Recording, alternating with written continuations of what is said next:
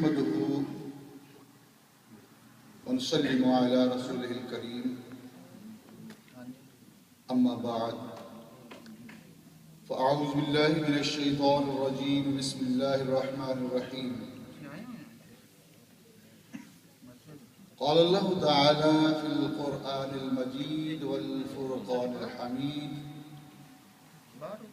وإذ قلنا للملائكة اسجدوا لآدم فسجدوا إلا إبليس صدق الله العظيم إن الله وملائكته يصلون على النبي يا أيها الذين آمنوا صلوا عليه وسلموا تسليما اللهم صل على سيدنا ومولانا محمد مختلف الملوان وتعاقب الأسران وكر الجديدان واستقل الفرقدان وبلغ روحه وأرواح أهل بيته من تحية والسلام وبارك وسلم عليه كثيرا كثيرا كثيرا میرے نہایت ہی واجب الاحترام بزرگوں، دوستوں اور بھائیوں، میری بہنوں اور خاص الخاص حضرت علامہ ڈاکٹر پیر شہزادہ فضیل ایاز قاسمی صاحب، جناب حضرت علامہ قاری حافظ اشرف کریمی صاحب، جناب سہروردی صاحب، محمد علی سہروردی صاحب، اور آسٹریلیا سے تشریف لائے ہوئے ہمارے عالم دین علامہ ہزاروی صاحب،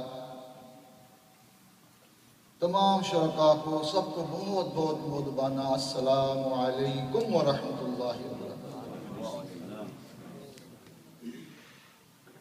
دوستوں اور بھائیوں، مختصر سے وقت میں صرف حاضری ہی مقصود ہے، اور جتنا وقت مجھے دیا گیا اس میں حاضری بھی لگ جائے تو اللہ کریم کی بارگاہ میں ہماری خوش قسمتی لکھی جائے گی، بخشش کے لیے کافی۔ جو آیت کریمہ آپ کے سامنے تلاوت کی، اسی کے ضمن میں چند ایک چیزیں آپ کے سامنے بیان کروں گا، غور طلب ہیں، ہمیشہ کے لیے یاد رکھنے والی۔ اگر 1 گھنٹے کا بھی بیان کیا جائے اس کے بعد بندہ اس کو بھول جائے تو میرے خیال سے اس کا کوئی فائدہ نہ ہوگا، اور اگر تھوڑے وقت کے لیے کچھ چیزیں بیان کی جائیں اور بندہ ہمیشہ کے لیے اس کو یاد رکھے تو میرا خیال ہے دل و دماغ کو مرتے دم تک روشنی میسر ہوتی رہے گی، اور اللہ کے نبی صلی اللہ تعالیٰ علیہ وآلہ وسلم بھی ہم سے راضی رہیں گے۔ وَإِذْ قُلْنَا لِلْمَلَائِكَةِ اسْجُدُوا لِآدَمَ فَسَجَدُوا، اور جب ہم نے فرمایا فرشتوں سے کہ آدم کو سجدہ کرو، اور سبھی نے سجدہ کیا، بس سبھی نے سجدہ کیا، الا ابلیس، مگر ابلیس نے۔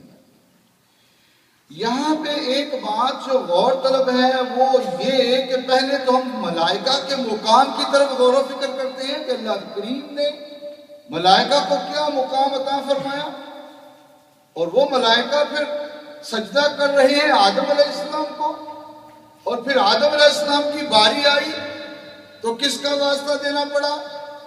عالم دین ساری بات کو سمجھ چکے ہیں، لیکن یہاں پہ ہم غور کریں گے کہ پہلے ملائکہ کی بات ہوئی، ملائکہ میں جبرائیل امین علیہ السلام بھی آ گئے، حضرت میکائیل علیہ السلام بھی آ گئے، اسرافیل علیہ السلام بھی آ گئے، عزرائیل علیہ السلام بھی آ گئے، اور بیت المعمور کے اوپر جو ملائکہ موجود ہیں وہ بھی آ گئے، جو فرشتے قیام میں ہیں وہ بھی آ گئے، جو رکوع میں ہیں وہ بھی آ گئے، جو سجدے میں ہیں وہ بھی آ گئے، اور وہ فرشتے جو 70,000 فرشتے صبح کو امام الانبیاء علیہ السلام کی بارگاہ میں حاضری پیش کرتے ہیں، اور 70,000 رات کو شام کو حاضری پیش کرتے ہیں، اور جس نے ایک مرتبہ حاضری پیش کر دی پھر قیامت تک اس کی باری نہ آ گئی، پھر وہ سارے کے سارے ملائکہ سجدہ کرنے والوں میں آ گئے، سبھی ملائکہ فسجدوا، سبھی نے سجدہ کر دیا۔ کس کو؟ آدم علیہ السلام، وہ ہستی جو کہ موجود نہ تھی، رب تعالیٰ جل شانہ نے اسے پیدا فرمایا، انہیں پیدا فرمایا، بغیر باپ کے پیدا فرمایا، جنت میں رہ رہے تھے، ان کی بائیں پسلی سے from left rib born to the حضرت اما حوا علیہ السلام. اما حوا کو بائیں پسلی سے پیدا کر دیا. رہ رہے تھے جنت میں، رہ رہے تھے. وہ ملائکہ نے آدم علیہ السلام کو سجدہ کر دیا. آدم علیہ السلام کی تعظیم، عظمت، رتبہ، مقام، کیفیت، حالت، ساری چیزیں واضح ہو گئی. اور جب رب تعالی جل شانہ نے فرمایا یا آدم اسکن، یا آدم اسکن انت وزوجک الجنت وکلا منها رغدا حیث شئتما ولا تقربا هذه الشجرة. فرمایا رہو جنت میں. اے آدم آپ بھی اور آپ کی بیوی بھی جنت میں رہو، لیکن اس درخت کے پاس نہیں جانا. بشری تقاضے تھے. رب تعالی جل شانہ کا نظام کائنات چلنا تھا، قیامت تک کا یہ نظام چلنا تھا. کیا ہوا؟ حضرت آدم علیہ السلام اس درخت کے پاس چلے گئے. جب درخت کے پاس چلے گئے تو رب تعالی جل شانہ نے فرمایا اب آپ دنیا میں اتر جائیں. بات غور کرو. ایک مقام پہ فرشتوں سے سجدہ کروایا جا رہا ہے آدم علیہ السلام کو. یہاں پہ ایک بات یہ بھی یاد رکھنی ہے کہ رب کا حکم تھا، رب تعالی جل شانہ کا حکم تھا کہ آدم علیہ السلام کو سجدہ کرو. سبھی ملائکہ نے کیا الا ابلیس. ابلیس نے نہ کیا. اس کی ہزاروں سال کی عبادت کو رب تعالی جل شانہ نے رد فرمایا. اور کیا؟ لعنت کا توق ڈال کے جدا کر دیا. فخرج، نکل جاؤ. ایک وہ مقام ہے، ملائکہ نے سجدہ کیا، آدم علیہ السلام کو سجدہ کیا، ابلیس نے نہ کیا، شیطان بن گیا، بات نہ مانی. رب تعالی جل شانہ کی بات ابلیس نے نہ مانی، وہ عبادت گزار لیکن رد ہو گیا. دوسری طرف غور کریں، جب آدم علیہ السلام کو دنیا میں بھیج دیا گیا، کہا تھا اس درخت کے پاس نہیں جانا، چلے گئے، دنیا کے اوپر آ گئے. اب آ گئی آدم علیہ السلام کی باری اللہ کی بارگاہ میں توبہ کی. 300 سال تک رب تعالی جل شانہ کی بارگاہ میں استغفار کرتے رہے. آخر کیا ہوا؟ فَتَلَقَّى آدَمُ مِن رَبِّهِ كَلِمَاتٍ فَتَابَ عَلَيْهِ.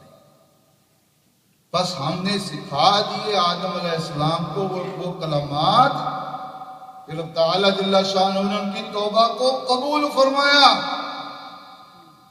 وہ توبہ کیا چیز تھی؟ وہ کلمات کون سے تھے؟ 300 سال تک آدم علیہ السلام اللہ کریم کی بارگاہ میں استغفار کرتے رہے. وہ فتلقا، جب رب تعالی جل شانہ نے وہ کلمات القاء کر دیے، دل میں اتار دیے، یاد آیا کہ یا الہ العالمین، جب تو نے مجھے پیدا فرمایا تھا تو میں نے دیکھا کہ عرش کے ستونوں کے اوپر تیرے نام کے ساتھ ایک نام لکھا ہے. عرش الہی کے اوپر تیرے نام کے ساتھ ایک نام لکھا ہے، اور وہ نام ہے محمد صلی اللہ علیہ وسلم. یا اللہ اس نام کے صدقے سے میری توبہ قبول فرما. اللہم بجاہ محمد صلی اللہ تعالی علیہ وآلہ وبارک وسلم استغفر لی.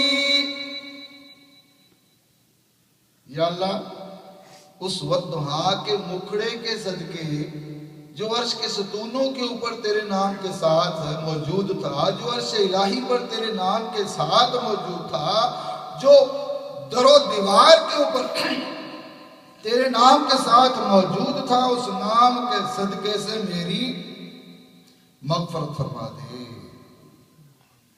تو پتہ کیا چلا میرے بھائیوں؟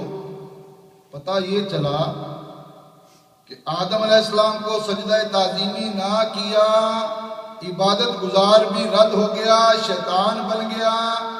آدم علیہ السلام کی مغفرت ہوئی امام الانبیاء علیہ السلام کے وسیلہ جمیلہ سے، اور جو آج